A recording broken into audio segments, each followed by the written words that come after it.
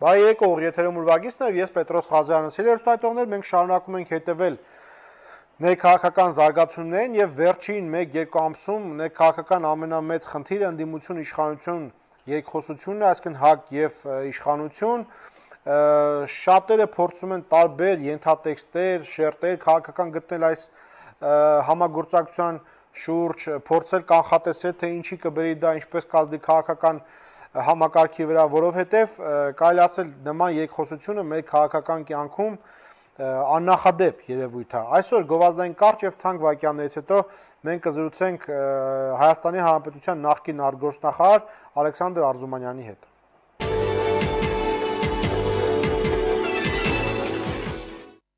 Եվ այսպես, հերոստատողներ, մենք այսօր զրուցելու ենք Հայաստանի Հանրապետության նախկին արտգործնախարար Ալեքսանդր Արզումանյանի հետ։ Խոսքը բնականաբար գնալու է ներքաղաքական իրավիճակի եւ ընդդիմություն իշխանություն նոր որակի փոխհարաբերությունների մասին 34-90-53 զանգարեք եւ ձեր հարցեր ուղղեք պարոն Արզումանյանին։ Հաղորդման ավարտից քիչ առաջ մենք հերոստատողներ կփորձենք ձեր հարցերին հնարավորինս շատ պատասխանել։ Բարեկո պարոն Արզումանյան, շնորհակալություն հավերային ընդունելու համար։ Պարոն Արզումանյան, հիմա դուք ՀԱԿ-ի անդամ եք, թե ՀԱԿ-ի անդամ չեք։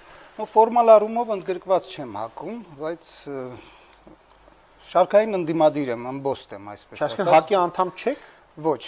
Որ ես Բայց էիք, ես ինչքան հիշում եմ։ Նայ, Եվ չեմ հիշում, երբ դուրս այտենց Կարապետ Ռուբինյանը պաշտոնապես դուրս եկավ։ Դուք տարբերություն կա, Կարապետ Ռուբինյանը անդամագրվել էր որպես անհատ ՀԱԿ-ին, ՀԱԿ-ը երբ ստեղծվեց, ես կենտրոն քրեակատարողական հիմնարկում էի եւ բոլոր քաղբանտարկյալների հետ միասին ողջունել եմ ՀԱԿ-ի ստեղծումը, որովհետև ինչպես եւ հռչակագրում էր նշված, ՀԱԿ-ը պետք է վերածվեր նախընտրական ուրեմն դաշինքից ավելի լայն ընդգրկում ունեցող քաղաքական ուժի։ Եվ հռչակագրում նշված էր, որ ՀԱԿ-ի մաս կազմող կուսակցությունների անդամները նաև ՀԱԿ-ի անդամ են, ավտոմատ ես լինելով ՀՀՇ անդամ, նաև ՀԱԿ-ի անդամ։ ՀՀՇ վերջին համագումարից հետո ՀՀՇ-ում տեղի ունեցել վերահաշվառում, վերագրանցում, որին ես չեմ մասնակցել եւ համարվում եմ հավանաբար ՀՀՇ-ից չվերահաշվարված, այդ առումով երևի ավտոմատ նաև ՀԱԿ-ի։ Չգիտեմ, ժուրնալիստները պարոն Արզումանյան։ Բովանդակային ես ընդդիմադիր գործիչ եմ, որը բոլոր ակցիաներին մասնակցում է։ Բովանդակային նաև։ Ես ժողովրդի անդամ եմ, ժողովրդի հետ եմ, այսօր ժողովուրդը համատարած ատելությամբ է լցված գործող իշխանությունների դեմ եւ օր առաջ ուզում է փոփոխություններ տենա եւ ՀԱԿ-ը իր ծրագրային ուրեմն դրույթներով սպասարկում է ժողովրդի այդ ուրեմն ցանկությունը։ Քանի դեռ կսպասարկի ՀԱԿ-ը ժողովրդի այդ ցանկությունը, ես աջակցելու եմ իմ բոլոր հնարավորությունները։ Այսինքն դուք աջակից եք։ ՀԱԿ-ի անդամ չեք, բայց ՀԱԿ-ի աջակից եք, ես ճիշտ եմ հասկանում։ Որովհետև այնտեղ ասում են, որ դուք այլևս չկաք եւ այլն։ Նայեք, ես որևէ մարմնում այո, ընդգրկված չեմ ՀԱԿ-ի եւ ժամանակի դեռևս մի 8-9 ամիս առաջ հարցազրույցներից մեկում ես կարծիք էի հայտնել, որի վերաբերյալ ՀԱԿ-ի ղեկավարությանը մեկնաբանություն էին հարցրել, ղեկավարությունը ասել էր, որ ես ընդամենը աջակից եմ, դրանից ես հասկացա, որ ՀԱԿ-ն էլ համարում, որ ես աջակից եմ եւ կարծում եմ աջակից լինելը ՀԱԿ-ի ղեկավարությունից, ես գիտեմ ՀԱԿ-ը միած ղեկավար ունի։ Չէ, ֆորբան շտաբի ներկայացուցիչները նկատի ունեն։ Բարի, դուք ՀԱԿ-ի անդամ չեք։ Պարոն Արզումանյան, հիմա գանք գլխավոր քաղաքական հարցին, հա։ Գնում է անդիմություն իշխանություն շախմատային խաղ։ Եթե նայում ես գործողությունների սինխրոնությունը շատ ասես փայլուն եւ հարթ է գնում։ Ես 1, դու 2, ես 3, դու 4։ Սպասում ֆուտբոլային լեզվով ասած, երբ պաս տալով գնում են, հա։ Եվ այս առումով հասարակությունը բաժանվել է մի տեսակ երկու մասի։ Մի մաս ասում է, այ ՀԱԿ-ը գնում է իշխանության հետ համագործակցության եւ նա դավաճանում է իր իրոք համակարգային աղազակապետությունը քանդելու մոնղոլ թաթարներին քշելու սկզբունքներին։ Մյուս մասն ասում է, ոչ, ՀԱԿ-ը դեռևս մնում է հեղափոխական ուժ, օր առաջ իշխանափոխություն, նախագահի հրաժարական եւ նրանք ովքեր սա չեն ցանկանում տեսնել, նրանք օպորտունիստներ եւ դավաճաններ են։ Ձեր մեկնաբանությունը։ Նայեք, ես քանի որ չեմ մասնակցում եւ չեմ տիրապետում ներքին խոհանոցին եւ չեմ տիրապետում ինֆորմացիային, կարող եմ արտաքին ազդակներից իմ տպավորությունները ասեմ, սա կարծում եմ նախ ճիշտ ասացիք ներածականում, որ սա աննախադեպ երևույթ է հայոց հայկական քաղաքական մշակույթի մեջ, երբ բաց դիալոգի փորձ է կատարում, դերևս փորձ, ես վստահ եմ, որ ինչ որ բանակցային որևէ բան դերևս չկա կամ ուժը իրար չեն հանդիպել։ Չեմ տեսնում նման հնարավորություն, չունեմ ինֆորմացիա, բայց կարծում եմ դա բացառված է այս պահի դրությամբ։ Համենայն դեպս ես պետք է ասեմ, որ վերջին 6 ամիսների ընթացքում շատ բան է փոխվել, ոչ միայն Հայաստանում, ամբողջ աշխարհում է փոխվել եւ արաբական աշխարհի դեպքերը են։ Այո, արաբական աշխարհի այդ ալիքը ոչ միայն բերեց ազատություն, ազատագրեց որոշ ժողովուրդների եւ այդ ալիքը դեռ շարունակվում է, այն նաեւ փոխեց միջազգային հանրության մոտեցումները, բերեց այն գիտակցությանը, որ այլևս չի կարելի հանդուրժել, այսպես խոսած, հավատարիմ դիկտատորներին, քանի որ վտանգված է նրանց իշխանության լինելը, եթե ժողովրդի ցասում լինի, ոչ մի բանի առջև չի կանգնելու այդ ժողովուրդը եւ այսօրվա այս բանակցային գործընթացի, որը դուք ասում եք չկա։ Չէ, կա դիալոգ, ճիշտ եք ասում, կողմերը ինչ որ միմյանց պատգամներ են ուղարկում եւ այդ պատգամները պատասխան են ստանում։ Շատ սահուն, շատ սինխրոն, ներդաշնակ։ Շատ նորմալ է դա, այսինքն փորձ է արվում սկսել երկխոսություն։ Դեռ երկխոսությունը դեռ չի սկսվել, բայց սա պարտադրված գործողություն է երկու ստեկ։ Նայեք, վերջին ամիսների բոլոր ատյաններում միջազգային, բոլոր չինովնիկների կամ բոլոր բարձրաստիճան պաշտոնյաների այցելությունների ժամանակ արծարծվում է մարտի 1-ի ուրեմն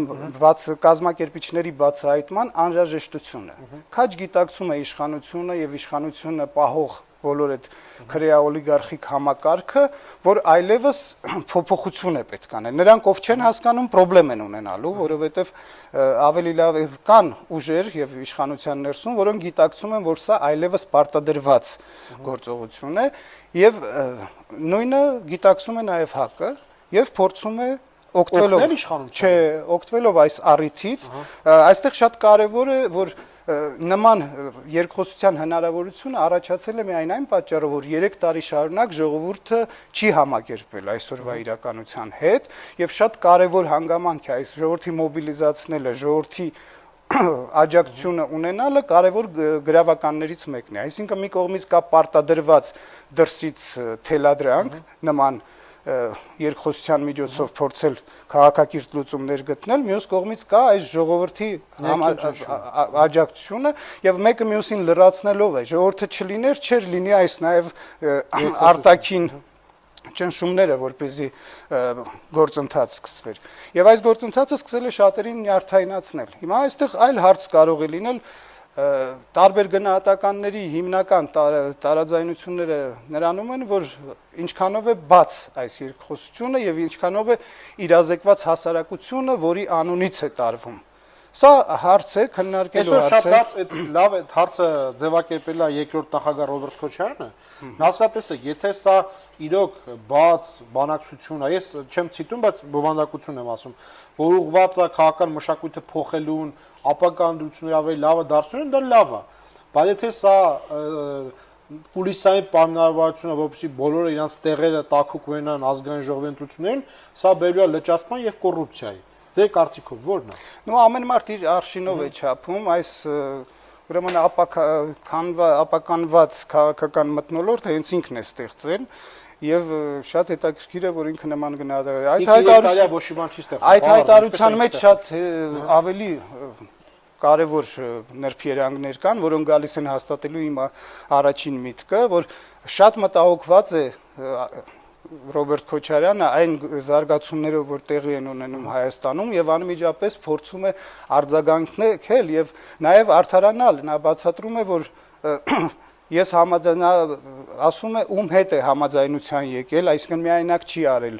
պետական կառավարման բոլոր ատյաններին, վարչապետ ազգային ժողովի նախագահ։ Հա, մյուս կողմից դա համանրական պահանջ է, պարոն։ Հա, մյուս կողմից ինքը չի հանձնարարել կոնկրետ զենք կիրառել, նույնիսկ այնտեղ միջոցները կիրառում են հստեղում որոշում ընդունել։ Հա, շատ բան։ Եվ նաև համանadrական արգելք կա զորքը եւ բանակը չօգտագործել ներքին քաղաքական հարցերում, որը արել է ինքը եւ կարծում եմ, եթե գործընթացները զարգանան այն ուղղությամբ, որ լինի երկուստեք ուրեմն գիտակցություն, որ անհրաժեշտ է այս էջը իրոք փակել, բայց փակել երբ արդեն հասարակության մոտ որևէ կասկած չկա, այդտեղ ահագին ասելիքներ կունենա հենց ինքը Քոչարյանը, որը այս ամբողջ process-ի հենց ճարտարապետն է, նա է մարտի 1-ի հիմնական հեղինակը եւ այս ջղաձուկությունը, որ արտահայտվում է իր այդ այսօրվա հայտարարության մեջ, ցույց է տալիս, որ նա շատ վտանգված է զգում այս գործընթացի հնարավոր դրական զարգացումների առումով։ Հիմա ես նորից կրկնեմ, ես լինելով դիվանագետ գտնում եմ, որ ցանկացած հարցում ճիշտ է բանակցելը, երկխոսելը, ես իմ կյանքում հարյուրավոր բանակցությունների եմ մասնակցել, բազմակողմ, երկկողմ,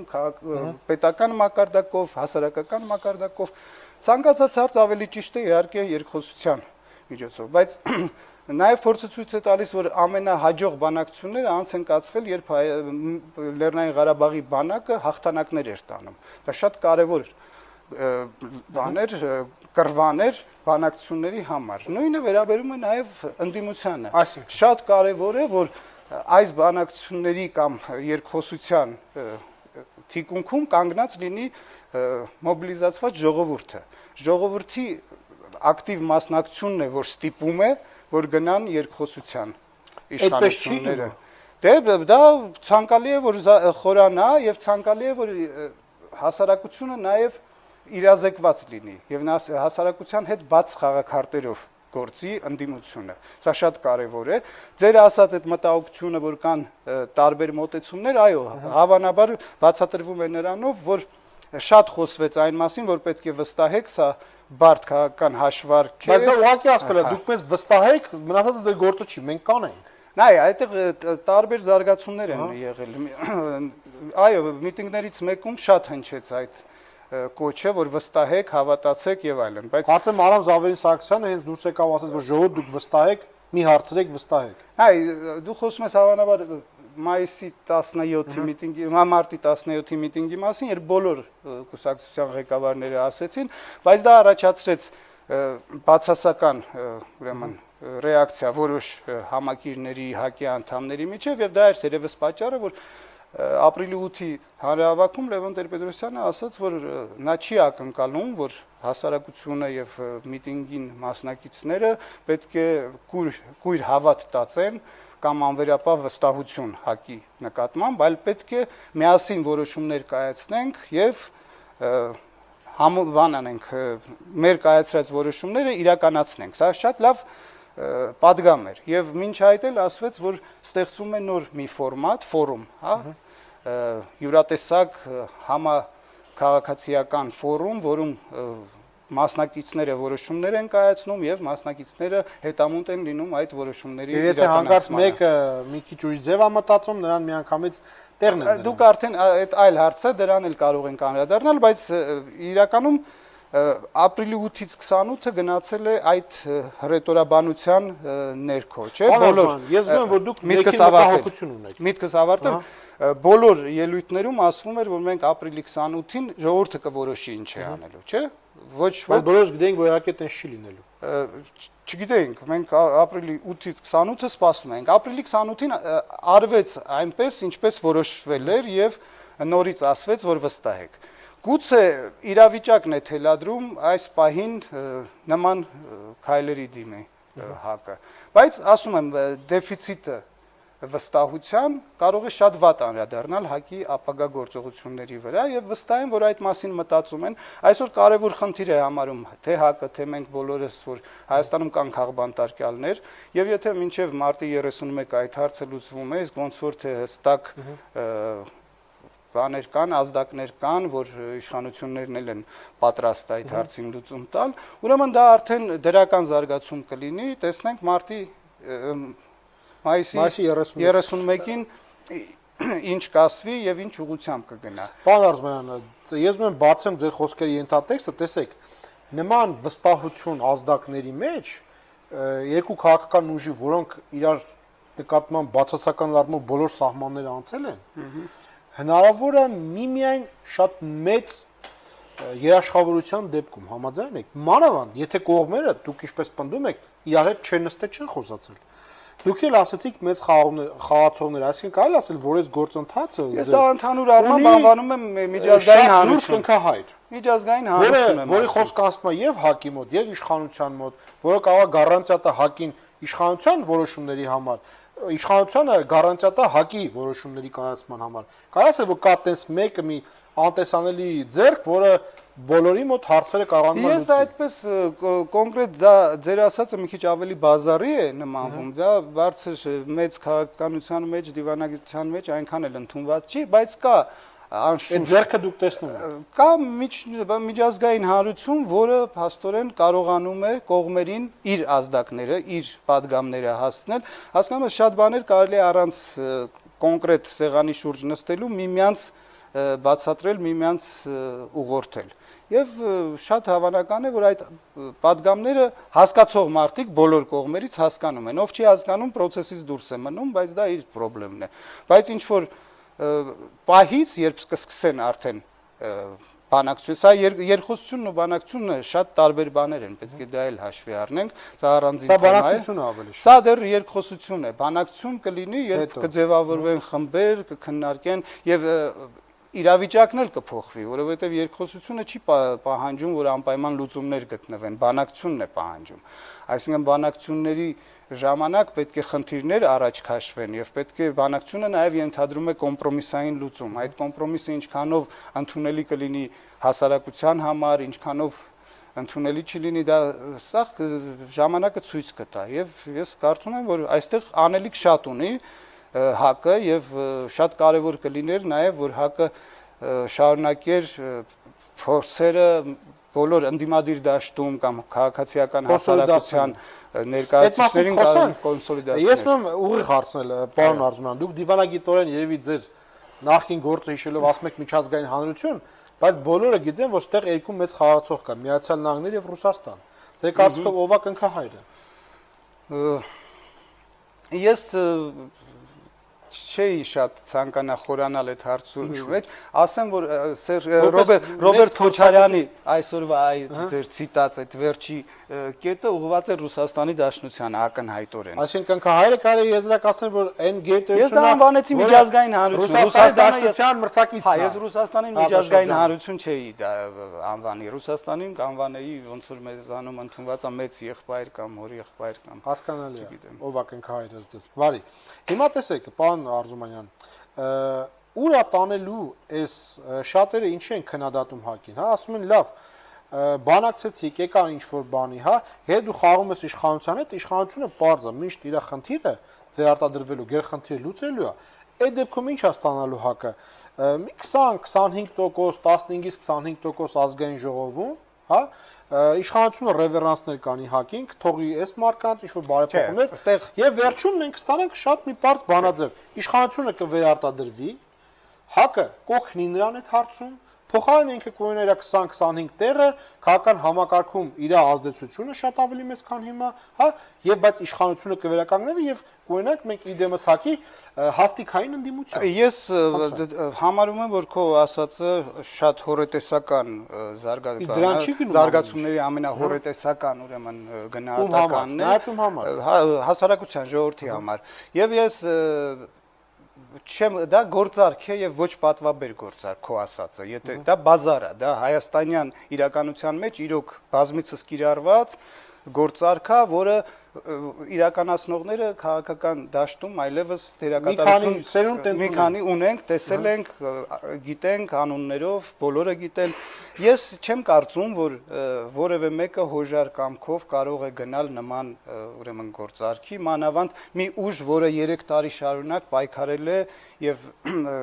ժողովուրդը որին վստահում է, հիմա այսօր կազմակերպված ընդդիմադիր ուժ, ամենակազմակերպված եւ տիրապետող հասարակության լայն շերտերի ուրեմն մոտեցումներին դա ՀԱԿ-ն է։ Հաստ է։ Քո ասած տարբերակով դա բացառված է եւ կարծում եմ նման զարգացումների պարագայում ՀԱԿ-ը կկորցնի հասարակական աջակցություն։ Պատրաստ է դրան ՀԱԿ-ը, կարծում եմ ոչ։ Հարցը ինչի մասին է։ Այստեղ ինձ այդքան չի հետաքրքրում արտահերտ ընտրություն, նախագահական, խորհրդարանական, պետք է այս համակարգը, որը ամբողջությամբ ծառայում է ընտրությունների միջոցով իրեն վերարտադրելուն, այս համակարգը պետք է կազմաքանդվի։ Այն բոլոր, ուրեմն, ապօրինի գործողությունները, այն բոլոր հանցագործները, որոնք աշխատում են ընտրամեխանիզմը կեղծելու, ընտրական իրավունքը մարդկանց ուրեմն ոտնահարելու համար դրանք պետք է պատժվեն։ Սա process է եւ այս process-ը ես տեսնում եմ, եթե իրականում մարտի 1-ի հետ կապված խնդիրներ կան, սա պետք է շատ բաներ դեռ բացվի։ Հարցը միայն այն մի քանի մարդկանց մասին չի, ով չերոմուխայով կրակել եւ մարդ է սպանել, անշուշտ նրանք պետք է պատժվեն, բայց պետք է պատժվի ապօրինի հրաման տվողը, պետք է պատժվի ապօրինի դատավճիռներ կարդացողը, պետք է պատժվի ապօրինի գործ թխողը, այդ բոլորը պետք է, սա է այս գործընթացի կարևոր հնարավոր արդյունքներից մեկը, բացառվի ընտրությունների ուրեմն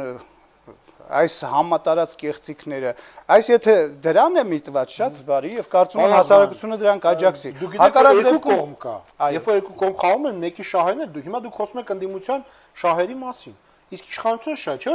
չէ՞ որ հակնել է գնալու կոմպրոմիսների։ Ես խոսում եմ Հայաստանի Հանրապետության քաղաքացիների շահերից, որոնք երաշխավորված են Հայաստանի Հանրապետության սահմանադրությամբ։ Ես խոսում եմ սահմանադրական իշխանական, պարոն Արզումանյան։ Ինչ կոմպրոմիսների է գնում ՀԱԿ-ը։ Չէ՞ որ եթե իշխանությունը այդ նստում է բանակցելու, տալիս է ինչ-որ զիջումներ, պահանջելու է համաչափ զիջումներ։ Եվ իշխանության ապրում ամենասկզբունքայինը վերարտադրությունն է բնականաբար։ Եթե ես մտածում եմ, թե ՀԱԿ-ը ստեղ զիջման չգնա, ոչ մի բանակցություն նրա չի լինի։ Ես չգիտեմ նորից եմ ասում։ Դրանից ելնելով եմ ես վերլուծում։ Ես իմ կարծիքով ընդդիմության եւ ՀԱԿ-ի մասնավորապես հիմնական խնդիրը պետք է լինի շարունակել մոբիլիզացնել ժողովրդին, շարունակել աշխատել այդ տրամաբանության մեջ, որ սա Հայաստանի քաղաքացիների ժողով է, որը ընդգրկում է տարբեր քաղաքական շերտեր,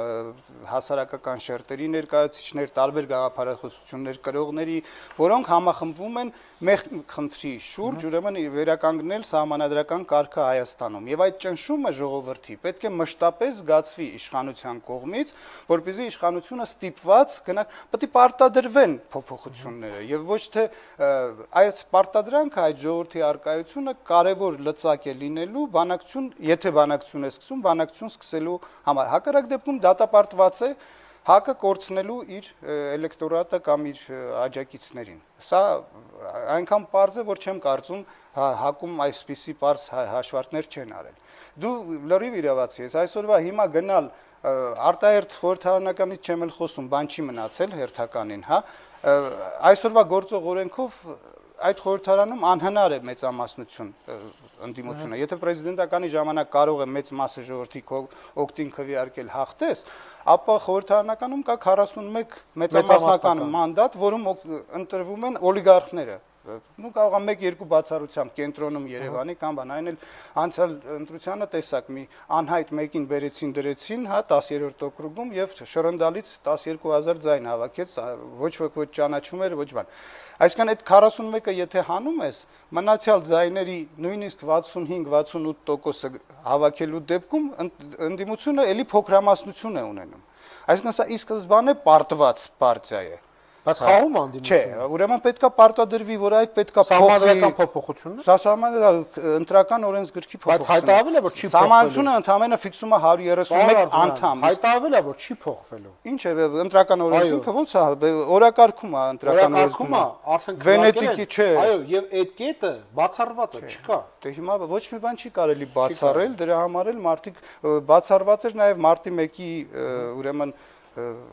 գործերի նորից քննության բացելը, բացառված էր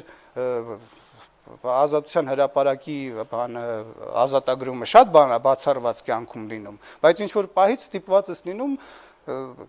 անել քայլեր, որոնք նախկինում բացառում էր, ով ասեց բացառված է։ Դա ընդհանրապես մի օրենք է, որում այսպիսի համամասնություն կա եւ պետք է պարտադրել, որ այդ համամասնությունը փոխվի, որը ժողովուրդը կարողանա ընտրել։ Պետք է անդիմությունը միջել նստի, որպեսզի իշխանությունը բերի եւ իշխանությունը հանձնի նրան։ Նման իրավիճակ էլ է լինում, աշխարհում տեսակ եղավ, նստեցին, մինչև ոչ թե հանձնեց, այլ փախավ Մուբարակը։ Ես հավատում եմ, Մուբարակը փախավ, իշխանությունը մնաց զինվորականներին, դրանից շատ լավ բան չեղավ։ Ինչի՞ չեղավ։ Զինվորականները Մուբարակից ավելի լավ են։ Զինվորականները այսօր փորձում են իրենց մարդուն դնել եւ հաղթ անցկացնել։ Հաջորդ նախագահական ընտրություններին փոփոխել ամբողջ համակարգը, նոր սահմանադրություն են ընդունում, process է գնում, ի վերջո տարիներ շարունակ, տասնամյակներ շարունակ Եգիպտոսում ընդհանրապես որևէ նորմալ ընտրություն չի իրականացել։ Հիմա այդ երկիրը տրանսֆորմացիայի ենթարկում 100%-ով եւ այդ process-ը կարող է ցավալի լինի։ Դուք նշեցիք ժառանգության մասին։ Ես ավելացնեմ նաեւ դաշնակցությանը, դուք ասացիք, որ ՀԱԿ-ը պետք է կոնսոլիդացնող դեր տանի ընդդիմադիր մնացած ուժերի համար, հա։ Ես անուն չեմ նշել, դուք նշեցիք։ Մինչդեռ մենք դե ուրիշ տենց շատ ընդդիմադիր ուժեր չկան։ Մեկ է Տիգրան Կարապետիչին լավ։ Բայց որ նայենք, լրիվ հակառակ process-ն է գնում։ Վերջի այն ինչ արեցին ՀԱԿ-ը իր լրատվամիջոցներով Ռաֆի Հովհաննիսյանին, չեմ ասում դաշնակցության մասին, ընդհանրապես եզեր չկա, ասին կարելի ասել, որ ՀԱԿ-ի մարտավարությունը այլ ընդդիմադիրների առումով ուղղակի նրանց վրա ճզմել, չնկատել անցնելն է։ Կոնկուրենցիայի որևէ բացառություն։ Կամ ընդունում ես իմ խաչը, գալիս ես եւ ասում ես ես ասեմ ոնց դու անես, կամ դու քեզ դաշտից մղելու ենք դուրս։ Սա է ՀԱԿ-ի մարտավարությունը։ Եթե այդպես լինի, դա շատ ափսոս կլինի, ցավալի կլինի, կան նման դրսևորումներ եւ կարծում եմ, որ այդ հարցերը քննարկում են հավանաբար, այո, որոշ սխալներ կան, որոշ անհանդուրժողականություն կա եւ դա թերևս արդարացված լիներ, եթե խոսքը գնար ընտրական փուլի մասին, նախընտրական փուլի մասին, երբ պայքար է, մարդիկ ցավոք սրտի ասում են բաներ, որոնք չեն ուզում եւ հանուն հաղթանակի անում են, այս փուլում, երբ ավելի ճիշտ է կոնսոլիդացնելը, դա կարծում եմ սխալ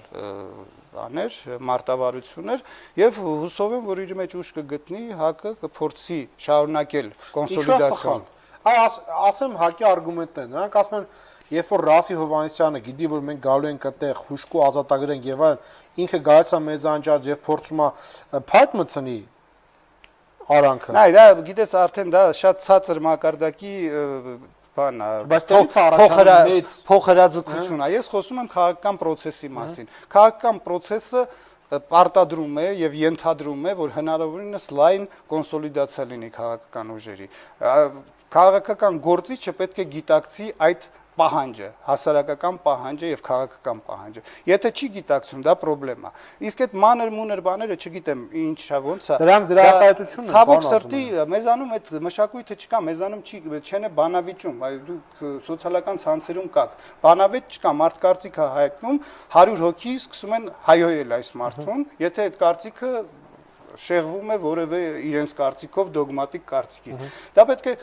տարիների ընթացքում մշակվի, դեռ այդ մշակույթը ձեռք բերենք, կարծում եմ այդ փուլն է կանցնենք։ Բայց ո՞նց եք վերաբերվում, որ ձեզ դավաճան են հանում։ Ինձ դավաճան չեմ իմանում, կան մարդիկ, որոնք ես շեղվել եք պարտիայի ուղուտ, պարոն Արզումանյան։ Մենակ իմ սկզբունքից կարամ շեղվեմ կամ չշեղվեմ։ Ով գիտի իմ կենսագրությունը, որը հրապարակային է 88 թվականից, 87-ից, երբ ԱԻՄ-ի անդամ էի, բոլորը պետք է այս իմ հրապարակային գործնեության մեջ տեսնեն մի պահ եղել է, որ ես իմ հռչակած որևէ սկզբունքից հետ կանգնեմ, երբևէ։ Այսինքն ես գիտեմ իմ անելիքը, ես ունեմ խնդիր, որ հռչակվել է, որ սա ավազակապետություն է, քրեա օլիգարխիկ համակարգ, այս համակարգը այո, խեղդում է ժողովրդին, ժողովուրդը այլևս այս համակարգի ներքո ապրել չի կարող եւ պետք է ամեն ինչ անել ժողովրդին այս համակարգից փրկել։ Ես դրա համար անում եմ այն ինչ որ կարող եմ, իմ ուժերի ներածի չափով անում եմ։ Եթե դրան նպաստում է որևէ ուժ, ես այդ ուժի կողքն եմ, ցանկացած ուժի, որը իրոք լծված է ավազակապետության կազմակերպման, այս քրեա օլիգարխիկ։ Այդ ռիտորիկան դուրս է եկել, պարոն Արզումանյան, դուք հետ եք մնացել մոդայից։ Հիմա մեղմացել է ռիտորիկան, այդպես բաներ չկա, ոչ ոք չեն քանդում, բանակցում են հանուն կայունության։ Բանակցություններն է կարող են տանել կազմակերպման, նայած ինչ դիրքերից է բանակցում։ Պարզա։ Նոր ֆորմատներ դուք ենթադրում եք, որևէ նոր ֆորմատ, որին նաև դուք կարող եք մասնակցել, թե ոչ։ Ну ես վերջերս տասնյակ ֆորմատների Շատ են խոսում տարբեր ազգային ուժեր, թերթերում կամ Facebook-ներում կարդում եմ, որ այս կամ այն ինչ որ ուժի կամ ֆորմատի մաս եմ կազմում, ստիպված էի հայտարարություն անել, որ իմ անունը քիչ շահարկեն, իհարկե շոյված եմ, որ ուզում են ինձ տեսնել այդ ֆորմատներում։ Դա հասկանում եք, հռչակելով չի, այո, կարող է պահ գա, որ անհրաժեշտություն լինի կամ լինի քաղաքական կամ հասարակական պահանջ որևէ այլ միավորման։ Երբ այդ պահանջը կլինի, այդ ժամանակ էլ պետք է այդ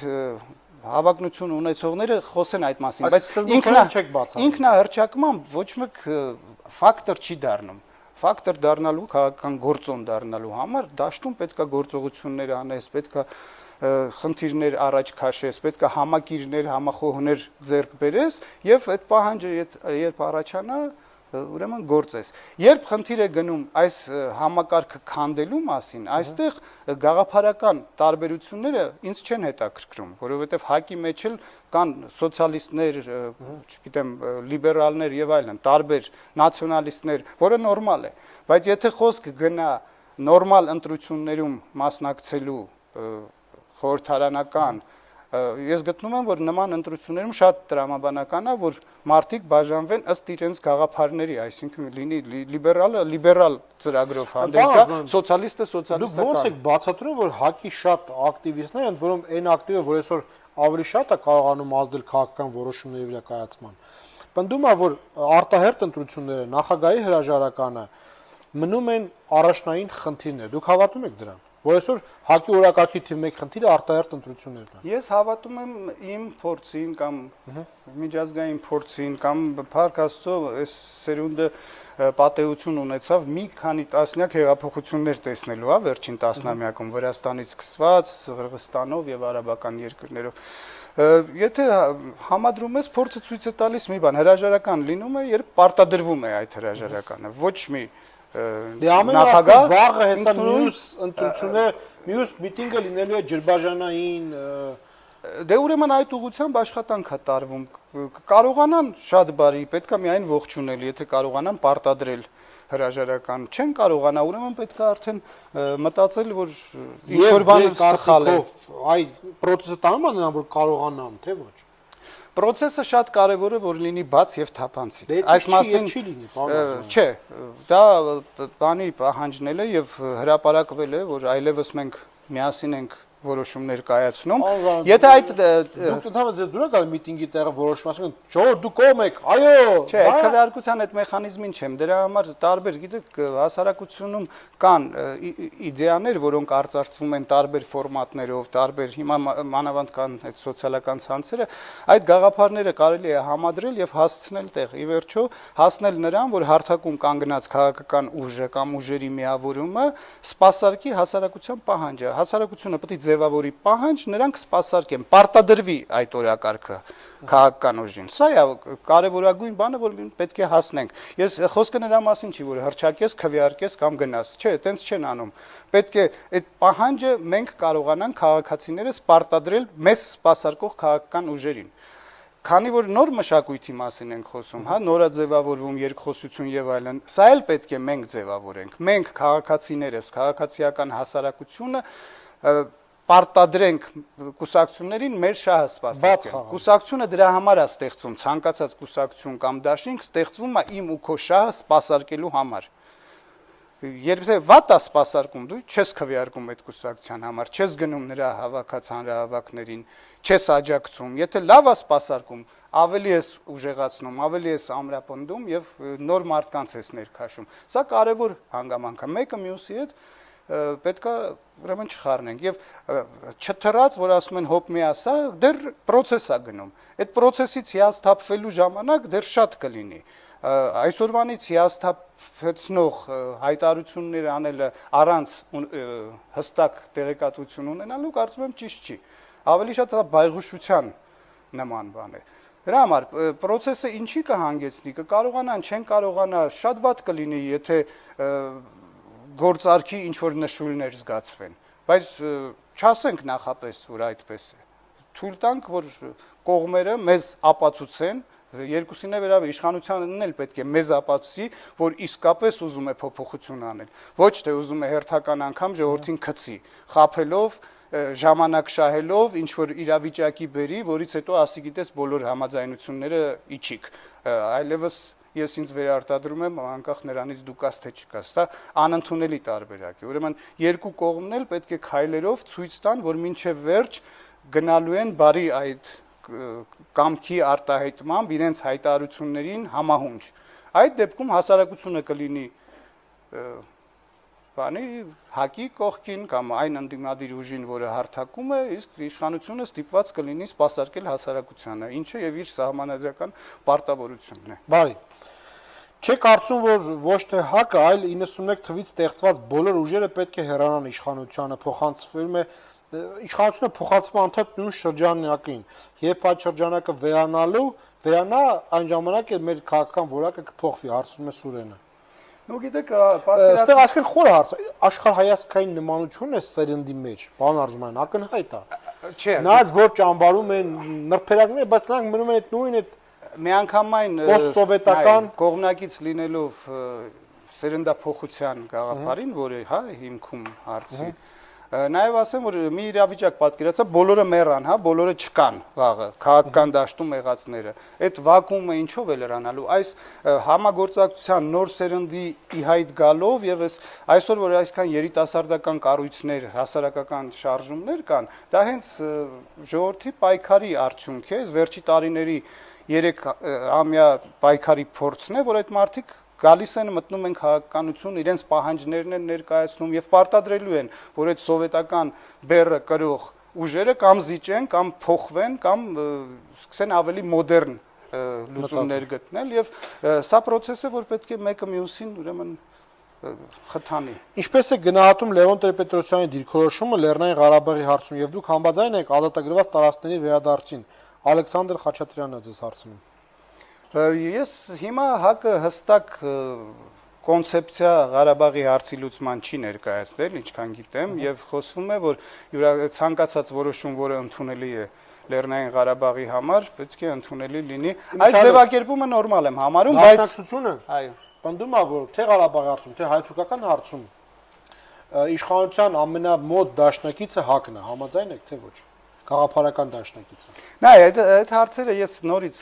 դու կարաս իմ անձնական կարծիքը հարցնես, ՀԱԿ-ի տեսակետը հարցնելու համար ավելի լավ է Լևոն Զուրաբյանին կամ ՀԱԿ-ից որևէ մեկին հրավիրես, ՀԱԿ-ի պաշտոնական դիրքորոշումները ստանալու համար։ Հա, իմ կարծիքով ասացի, նման ձևակերպում եմ լսել ՀԱԿ-ից պաշտոնական, որ որևէ բան, որ լուծում, որը ընդունելի է Ղարաբաղի համար, դա ընդունելի տարբերակ է։ Ես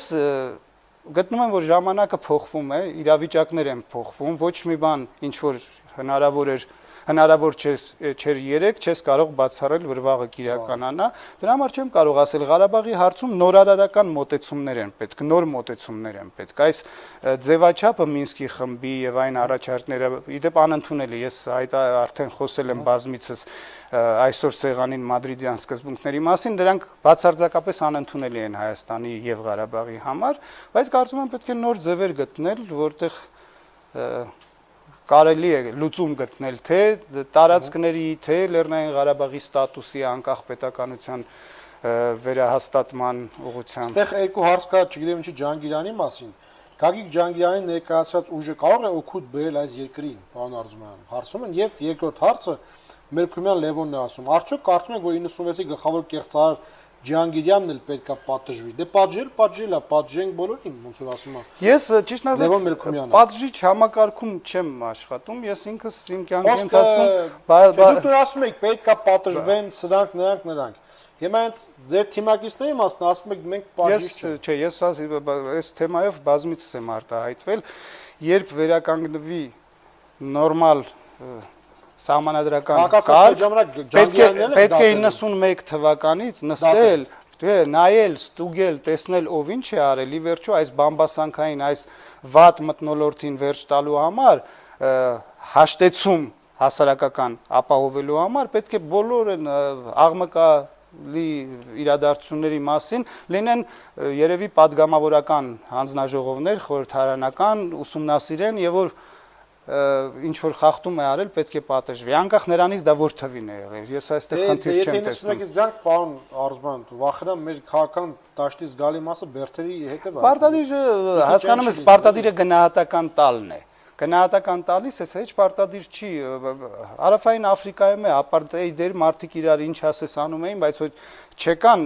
բոլորին նորից բերդ ուղարկեցին, process-ին գնահատական տվեցին, սխալները ընդունեցին եւ բոլորը իրար ներելով առաջ են գնում։ Մարդիկ քրիստոնյա ազգ ենք, պետք է նաեւ իրար ներել իմանանք եւ մտածենք, որ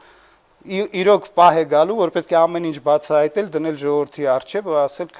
եկեք քննարկենք եւ սա փակենք։ Ոնց որ մարտի 1-ի հարցով ինչի է ժողովուրդը այսքան վրթովված, որ եղավ սպանդ, մարդկանց սպանեցին եւ ասեցին էջը փակված է։ Ոչ, էջը արտադիր պետք է բացվի, ամբողջը պետք է դառնա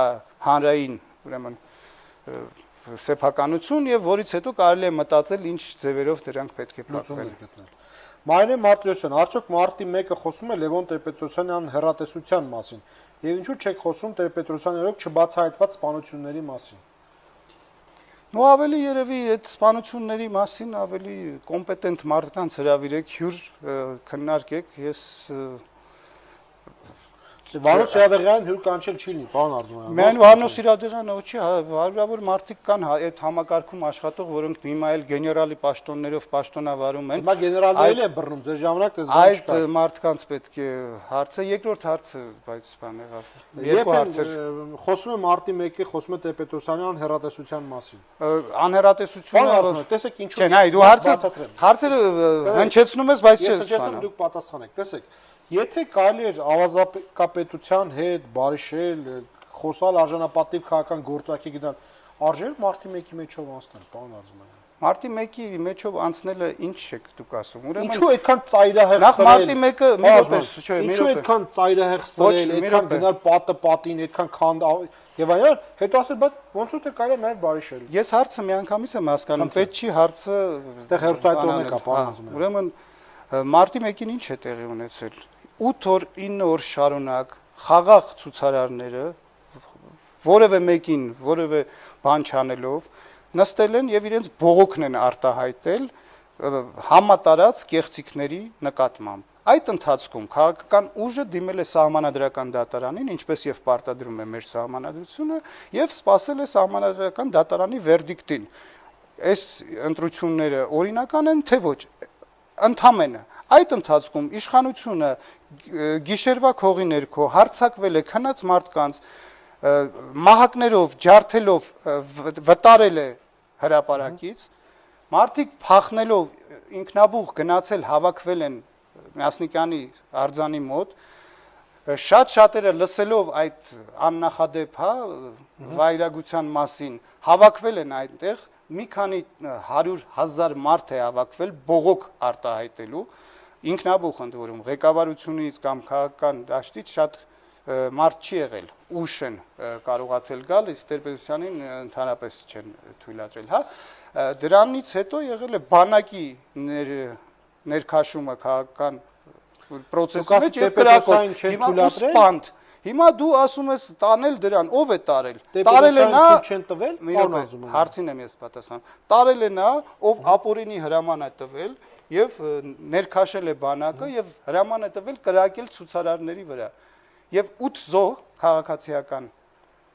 մարդկանց, որը առնվազն 8 զոհ եղել է այդ օրը, այսինքն ով է դրան տարել։ Տարել է նա, ով չի թողել քաղաքացուն։ Եկեք բան չանենք, մենք հետաքրքրություն ենք, բայց առնվազն քաղաքական պատասխանատվություն հակակրում է դրա համար, որովհետև Տեր-Պետրոսյանը ոչ ոք չի ձերբակալ է։ Նա կարար գար եւ կարար չեկավ։ Չես նաեւ քաղաքական պատասխանատվություն կրում են բոլորը, նաեւ ՀԱԿ-ը։ Խոսքես պատասխանատվության մասին է։ Եթե պետքա հնարավոր է նստել, խոսալ, բարիշել, եկել գտնել, ինչու գնաց այսքան սրման, այս սաշճան ոչ կոմպրոմիս հարաբերությունների։ Ուրեմն նորից գալիս եմ նրան, որ սրման տարավ իշխանությունը սրման տարան, պարոն Արզուման։ Երկու կողմը մի կողմն է կրակել։ Մյուս կողմը եղել է ժողովուրդ։ Երկու ոստիկանին սպանել են զինվորները։ Նախ մի ոստիկանը ինքը իր գրանատից է բան, եթե գիտեք, կարդացել եք, հա, եղավ հրապարակումներ, ինքն է իրեն պայթեցրել, հա, պայթել է ձեռքերում ցավոք սրտի։ Մյուսին էլ տարբեր վարկածներ կան, դա պետք է քննությունը բանանի։ Ուրեմն հետևել ես, դու պետք է իմանաս, որ 150 մարդ է ձերբակալվել ընդդիմությունից եւ միայն ընդդիմությունից, ոչ ոք եւ որևէ մեկի գործում այդ թխած գործերում չկա եւ ոչ մի փաստ, որ որևէ մեկի վրա կրակոց է եղել։ Դա բացառված է։ Եթե դա լիներ այսօր հերոստատեսությամբ առավոտից իրիկուն մենակ դա խոսել։ Դա ճիշտ է, ինչպես նաև ճիշտ է, որ այդ բոլոր այդ զոհերի տեղերը եւ այլն դրանք հեռու են այդ միտինգի վայից, դրանք այս միտինգի տեղում չէին։ Դա հենց Քոչարյանն է այսօր հաստատում։ Խառնաճաղանց վիճակի, միտեղ խանութ էին փշրում, միտեղ նային ջարդում, հենց որ ասել որ սա կազմակերպված բանդ է։ Սա ոչ է, որը ընդունված է, եթե հետևում եք մյուս բաներին, օրինակ նայած երկիր իր ավանդույթների համապատասխան տարբեր փոփոխություններ է անում։ Օրինակ Մուբարաքը ուխտերի վրա էր մարդ ուղարկում պրովոկատորներ, չէ, ցույցարարների վրա հարձակվում էին, եթե ուշադրություն դարձրել եք։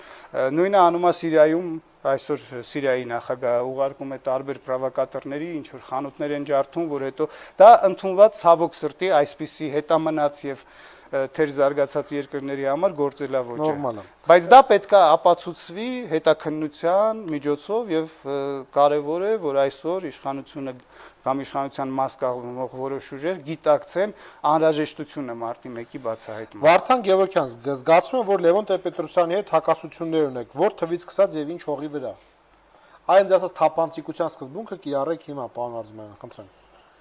Ես ինքնուրույն գործիչ եմ եւ իմ բոլոր տեսակետները հայտնում եմ հրապարակային, եթե այդ տեսակետներում հակասություն նկատվում է, պետք է ուրեմն լսողը համադրի, ասեք, որում եք նկատել, ինչի մեջ է։ Տենց կոնկրետ ես այսօրվա դաշտում հակն է հավակնում գործողություններ անել, շատ հեշտ է կողքից իհարկե քննադատելը եւ այլն։ Հիմա ես փորձում եմ իմ տեսակետները հայտնել, ոչ թե սա միտում է, որ անպայման պետք է ես կարծում եմ իմ խոսքը, իմ տարբեր մոտեցումը գուցե օգտակար լինի ապագայում որոշումներ կայացնելուց։ Ես հրապարակային իմ падգամներն եմ հայտնում։ Ընդունվում է թե չի ընդունվում, դա այլ հարց է։ Եվ ես որևէ խնդրեմ չունեմ իմ կարծիքը կնդելու, լինի դա ընդունելի հայքի կողմից։ Ես հիշում եմ, որ դուք առանցքային դեմքերից եք 2008-ին, հա, հենց հետո մի տեսակ sense ինչ որ գիծ անցավ եւ դուք այլևս չդարձաք առանցքային դեմք։ Այդ որտեղ այդ գիծը անցել, սա է հարցը։ Ես 1.5 տարի բանտում էի նստած, որպես քաղբանտարկյալ պետք է բանանեք։ Ես 2008 թվին ուրիշ տրամաբանություններ, ուրիշ իրավիճակ էր, նախագահական ընտրություններ էր, կար մոբիլիզացիա, կար դաշինք, այդ դաշինքը շատ կոնկրետ աշխատեց, իր արժև դրած խնդիրը իրականացրեց, հաղթեց ընտրություններում, հետո ինչ իրադարձություններ եղան եւ այլն, բայց այդ դաշինքը ոչ եւս է։ Այժմ այլ իրավիճակ է եւ այդ իրավիճակում այլ ուժերը այլ որոշում են կայացրել, ինչպես են իրականացնելու մարտավարությունը, ռազմավարությունը ոնց որ հրճակված է, բայց մարտավարության հետ կապված շատ տարբեր մոտեցումներ կարող են ունենալ։ Ես քանի որ մաս չեմ կազմում, չեմ կարող ասել որն է ճիշտ կամ որն է։ Ես կարող եմ ասել իմ տեսակետը, որը կարող է համընկնի, կարող է չհամընկնի։ Եվ ազդիվ պատասխան եմ ակնկալում, նախկինում ընտրությունների ժամանակ կեղծիքներ չէ կարել եւ կառավարություն կազմելու դեպքում կանեք թե ոչ, էդիկն է դες հարցնում։ Նախկինում ես մեծ ցանկության դեպքում էլ չէի կարողանա, որովհետեւ ես աշխատել եմ Միացյալ Նահանգներում որպես Հայաստանի դեսպան եւ ՄԱԿ-ում Հայաստանի մշտական ներկայացուցիչ